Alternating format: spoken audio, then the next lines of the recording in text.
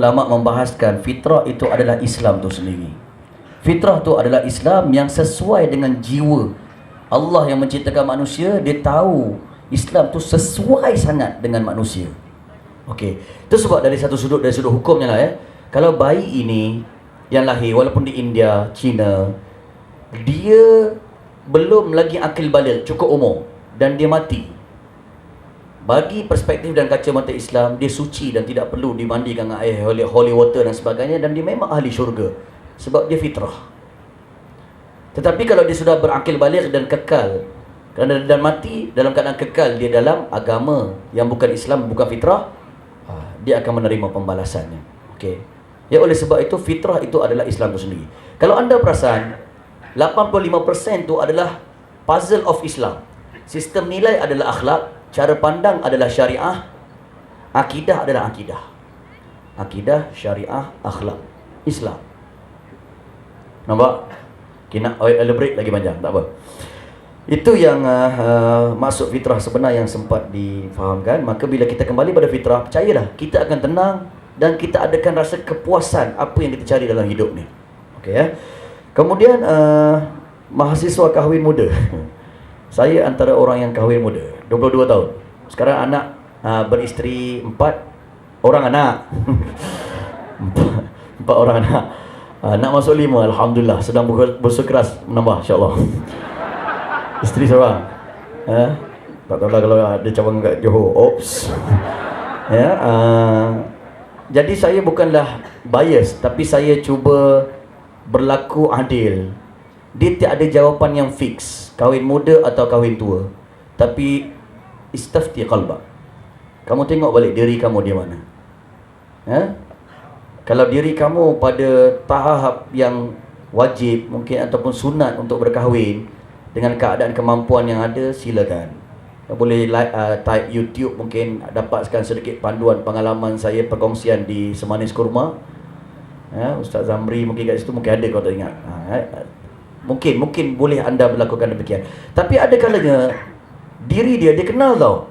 Dia bukan jenis yang mesti dan boleh kahwin cepat. Ada kalanya dia lebih sesuai untuk kahwin lambat. So apa pun tanya dan bukan ikut trend. Tanya diri kita yang sebenar. Ya. Adakah kita tergolong daripada golongan yang perlu kahwin cepat ataupun tidak perlu kahwin cepat dan boleh ditangguhkan lagi. Yang ketiga, sikit je, bagaimana supaya tak terpengaruh pula pada yang nak didakwah. Kita bukan asingkan tukar kawan, bukan bererti boykot terus golongan ni. Cik Yat Hamzah akan tambah lagi insya-Allah. Tapi kita kena bulat dan tekad niat kita tu. Jangan bila tak bulat dan tekad, prinsip dan niat kita tu untuk sama-sama mengajak dia, itu yang kita akan larut. Bulatkan tekad, kaedah tak apa, kita hampiri sampai dia suka pada kita. Antara tips yang dia suka pada kita, bina hubungan yang baik dengan mereka. Wallahualam. Terima kasih Ustaz. Seterusnya untuk saudara Fitaris. Terima kasih untuk soalan tentang bagaimana untuk mengukuhkan prinsip yang ada dalam diri kita. Jawapan ringkas daripada saya berbalik kepada kenyataan yang saya nyatakan sebentar tadi, bahawa kita kenali kekuatan diri kita, kita kenali kelemahan diri kita, apa yang ada dalam diri kita yang mana kita boleh jadikan prinsip. Kerana apa? Kadang-kadang prinsip yang timbul dalam diri kita ini hadir disebabkan kelemahan diri kita yang kita sangka ianya kekuatan. Kerana apa? Kita confuse kelemahan itu adakah satu kebaikan, satu kekuatan diri kita, ataupun sebenar-benarnya adalah kelemahan. Sebagai contoh, kita ni suka sangat percaya kat orang, buat baik kat orang. Ianya satu perkara yang baik. Secara asalnya, fitrahnya ia satu perkara yang baik. Tapi adakah dengan kita mudah percaya kat orang, baik dekat orang, itu boleh mendatangkan kebaikan pada diri kita, dan kita jadikan ianya pula sebagai prinsip dalam kehidupan. Jadi kita kenali diri kita, mudah-mudahan prinsip itu kuat bersama dengan kekuatan yang kita ada. Sebagai contoh, saya secara peribadi, dalam diri saya menyatakan bahawa dalam kehidupan saya ini, saya tidak akan habis di sini. Saya pernah gagal, saya pernah berhenti belajar. Tatkala saya habis saja matrikulasi di UIA, saya berhenti belajar 4 tahun. Lepas tu saya sambung pula UKM. Bila dah sambung tak boleh berhenti, sambung pula buat master kat UM dan juga New Zealand. Sekarang ni sambung pula buat PhD. Kan? Jadi daripada situ timbul satu prinsip dalam diri saya bahawa Kan? Setelah apa yang saya lalui, dengan pelbagai ujian yang saya lalui, saya mengatakan bahawa, oh Fitri, kan, saya bawa perkara ini kat mana-mana. Gagal itu perkara biasa, tetapi bangkit selepas kegagalan itu menjadikan ianya saya sebagai seorang yang luar biasa. Saya terus berjalan dan terus berjalan untuk berkongsi dengan adik-adik semua. Kenali diri kita untuk kita mengukuhkan. Selain daripada itu, berbalik semula kepada poin yang utama, iaitu kita sentiasa beristiqamah dan juga berdoa kepada Allah Subhanahu Wa Taala. Dalam seni berdoa ni dia ada pelbagai.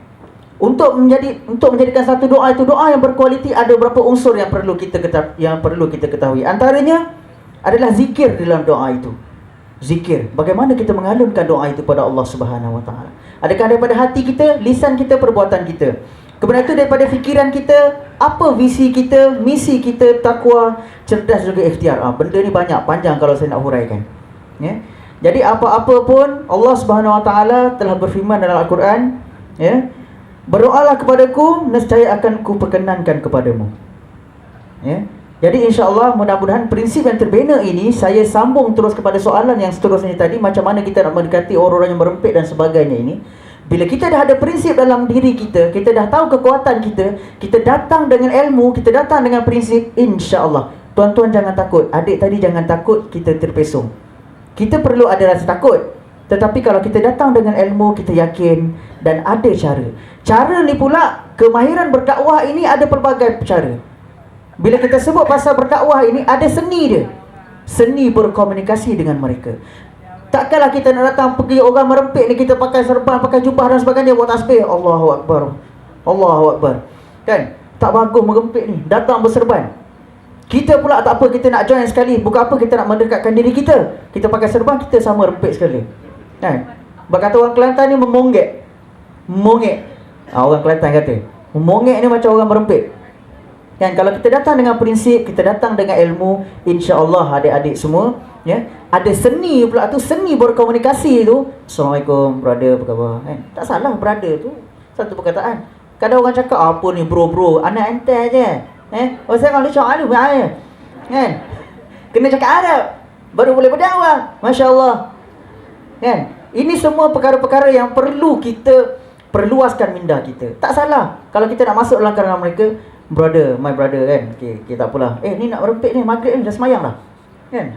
Sikit-sikit mula-mula tak apalah. Lama-lama insya-Allah dengan seni komunikasi ini, mudah-mudahan dengan prinsip yang kita bawa, ilmu yang kita bawa, mudah-mudahan ya rakan-rakan kita tak salah kita bersama dengan mereka, ya, sedikit demi sedikit. Kerana Rasulullah SAW pun ada seni dakwahnya secara sembunyi dan juga terang-terangan. Jadi kita belajar, insya-Allah mudah-mudahan dengan prinsip yang kita bawa, kita dapat membawa kawan-kawan kita tadi ke arah yang lebih baik, dan diri kita ke arah satu, kata orang, satu level. Kita upgrade diri kita daripada baik menjadi lebih baik dengan mengerti rakan-rakan yang lain. Terima kasih.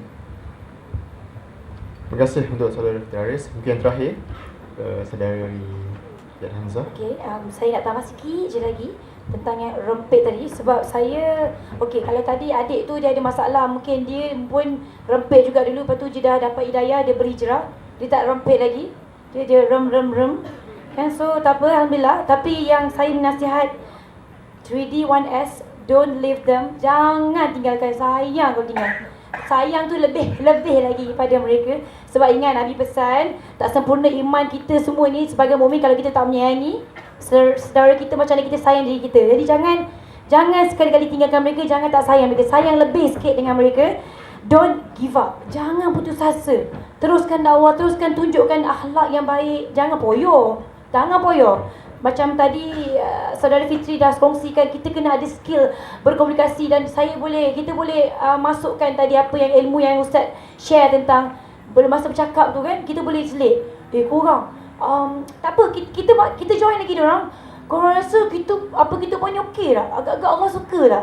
Tanya, tengah-tengah borak memang macam poyo, tapi tak apa, terus kita ada cara kita kan. Lepas tu mungkin kita boleh selit sikit. Kadang-kadang kita, korang tahu kan, kita apa nak buat semua, kita kena niat kepada Allah. Pasal saya punya nada merempit kan. Kita kena niatkan Allah. Agak-agak kalau kita rempitkan Allah, okey, ya Allah, aku merempit hanya kerana-Mu ya Allah, lillahi ta'ala. Boleh ke agak-agak? Benda ni memang kelakar tau, memang mengarut. Tapi percayalah, mereka akan balik dan berfikir apa benda yang kita cakap. Tiba-tiba kita macam, tapi jangan terlampau macam orang kata terlampau apa Ustaz? Poyo dan juga jangan terlampau bertalu-talu. Sikit. Satu hari kalau boleh satu, selitkan satu. Jangan putus asa, jangan boring, jangan jemu. Kalau itulah klik kita dulu, jangan belah daripada diorang. Teruskan bersama mereka, tapi akhlak kita tukar dan kita tunjukkan akhlak yang bagus. Kerana lepas tu kita akan kita kena save diorang. Kita kena selamatkan diorang. Dan itulah dia cara untuk menyelamatkan dia. Dengan kita teruskan kehidupan kita seperti biasa dengan cara kita, tapi kita tunjuk kepada mereka. Dan percayalah, orang-orang yang bermasalah sebegini, bila mana mereka ditimpa musibah dalam hidup, mereka akan kembali pada Allah. Mereka akan ingat pada Allah, dan masa tu dia terfikir, ya Allah, apa benda yang member si Fitri tu hari tu dia cakap kat aku, lillahi ta'ala, kerana Allah, aku nak telefon dia lah, mengadu aku, tak boleh, kacau betul jiwa aku. Dia pasti akan cari kita. Percayalah, dan itu berlaku pada saya. Saya tak tinggal kawan-kawan saya artis dulu, saya tak pernah kutuk diorang sikit pun. Apa yang saya buat, saya masih lagi bersama mereka. Mana yang tak boleh, diorang pun faham kita dah macam ni. Ada benda yang diorang tak tahu, saya akan beritahu. Korang tak boleh lagi tahu, ambil gambar aku ni, dulu gambar-gambar yang lama-lama tu korang tayang balik dekat dalam WhatsApp, dalam Facebook tu korang share. Tak boleh dah, gambar-gambar tak pakai tudung tu tak boleh, haram weh. Nanti kau nak masuk neraka macam aku, nanti kau dah berdosa, aku berdosa. Tak boleh, kesian, kau sayang aku, kau tolong aku, kau jangan, kau buang balik gambar. Diorang tak tahu, diorang buat sebab diorang tak tahu. Jadi kita kena bagi tahu. Jangan poyo cakap marah begitu kat orang lain. Tak patutlah dia tu. Dia tahu aku pakai tudung, dia buat macam tu kat aku. Memang tu ahli neraka lah buat macam tu. Jadi tak boleh judge orang. Kita kena cakap, confront dengan dia. Skill, communication skill tu memang penting. Cakap dengan dia betul-betul. InsyaAllah ada doa pada Allah agar hati mereka tu dilembutkan. Allah ni maha mendengar dan Allah maha memberi. Jadi kita minta jika dia bagi. Kalau kita rasa kawan-kawan kita ni memang okey lah ni, memang okey diorang ni, perangai memang okey, cuma diorang ni rempit, diorang ada nakal sikit lagi nak tune, bagi diorang berhijrah, bagi diorang dapat hidayah dan kembali ke fitrah. Kita jangan biarkan mereka, sayang pahala besar dia kalau kita selamatkan mereka. Dan kita apa saja mereka buat kerana kita selamatkan mereka, dapat pahala kita sikit pun tak terkurang daripada apa amalan mereka buat. Betul tak Ustaz? Jadi jangan putus asa, teruskan berdakwah. Dakwah banyak cara. Cakap Assalamualaikum pun dakwah, senyum pun dakwah, cakap Waalaikumsalam pun dakwah. Jadi teruskan sikit dakwah tu kita upgrade. Orang akan terima kita, orang akan selesa kita bersama dengan mereka. Dan insyaAllah Islam akan menang satu nanti. Wallahualam. Terima kasih. Sama-sama. Terima kasih kepada ulasan, kupasan yang saya fikir cukup menarik daripada saudari Yat Hamzah. Kalau bercakap tentang menilai, judgement tentang karakter seseorang, saya tertarik untuk menyatakan atau berkongsi tentang dua kisah. Itu pertama bukan kisah bagaimana kisah seorang pelacur dengan kisah seekor anjing, dan juga kisah bagaimana kisah seorang abid dengan iblis. Saya tidak akan kongsikan. Kalau kita kongsikan pada malam ini, barangkali kita akan bermalam dan berkhemulai di sini. Saya baru menerima sistem pesanan ringkas. Ini betul serius. Di mana kita sudah hampir pada masa dan titiknya. Kata orang putih, masa dah time. Jadi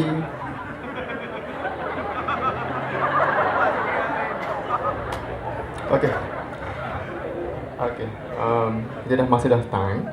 Jadi sekarang ni sekali lagi saya mewakili untuk pihak penganjur, terutama dari Majlis Perwakilan Mahasiswa UTM, mengucapkan ribuan terima kasih terutama kepada saudara Fitri Haris, saudari Yat Hamzah, Ustaz Zamri, mantap. Saya ingat Syamsul Rau je ada mantap, rupanya Ustaz Zamri pada mantap. Mana saya tertinggal slot yang kisah itulah mantap. Jadi saya ucap terima kasih mewakili.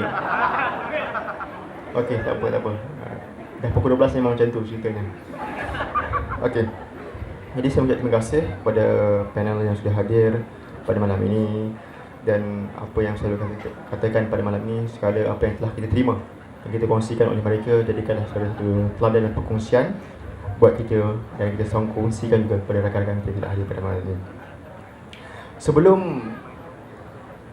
tirai melabuh pergi, suka saya untuk berkongsikan satu pantun untuk anda semua. Harap anda tidur dengan lena.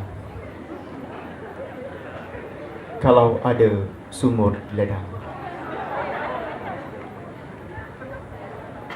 bolehlah kita membasuh kain.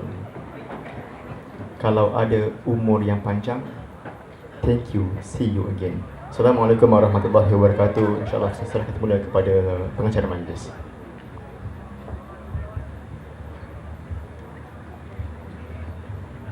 Terima kasih diucapkan kepada ketiga-tiga ahli panel kita pada malam ini di atas kesudian untuk berkongsi ilmu yang bermanfaat. Sebagai tanda penghargaan, majlis mempersilakan yang berbahagia Tuan Haji Dahari bin Haji Derani diiringi saudara Wan Muhammad Hazim untuk menyampaikan cenderahati kenang-kenangan kepada ahli panel kita dan moderator kita pada malam ini. Dipersilakan.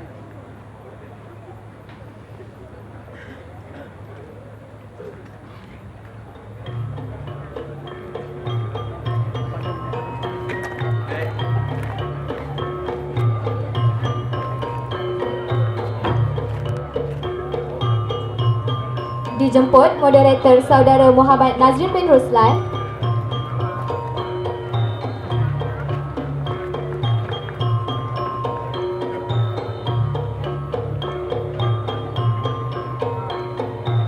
Seterusnya, ahli panel pertama saudara Fitri Haris.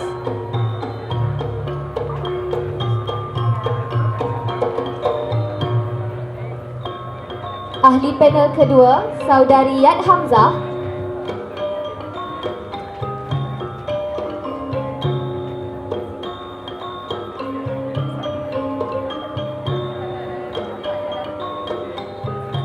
Dan ahli panel yang ketiga iaitu Ustaz Zamri.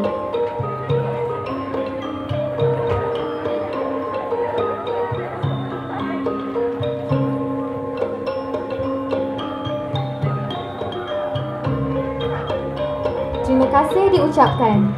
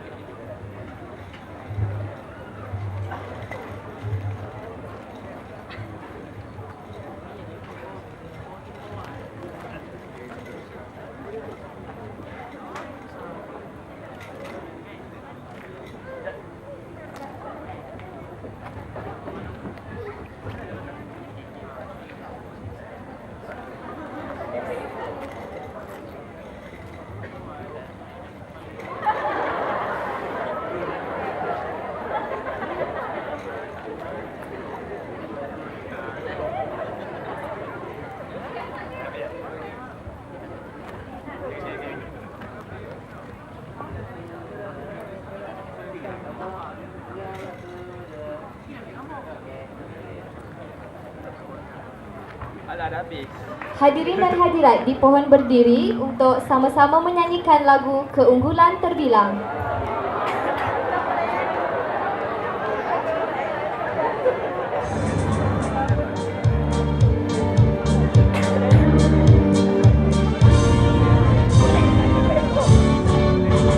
Bersama kita berjulang, keunggulan terbilang, kemerjujayaan kita usaha UTM puncak letaknya, martabat keilmuan, cendekiawan beriman, cekal bersama takwa, menara cita-cita. Kami anak kandung UDM Rimbun Bernaung, usaha kami bukti citamu, dikau bersara ilmu, keazaman, perjuangan, takwa dan iman, keharap pencemerlangan, perenungan penulisan, pengajaran penyelidikan, perkhidmatan kepada watan. Di sini kami berdiri, setia pada janji, bermarwah berbudi bahasa, UTM sanjung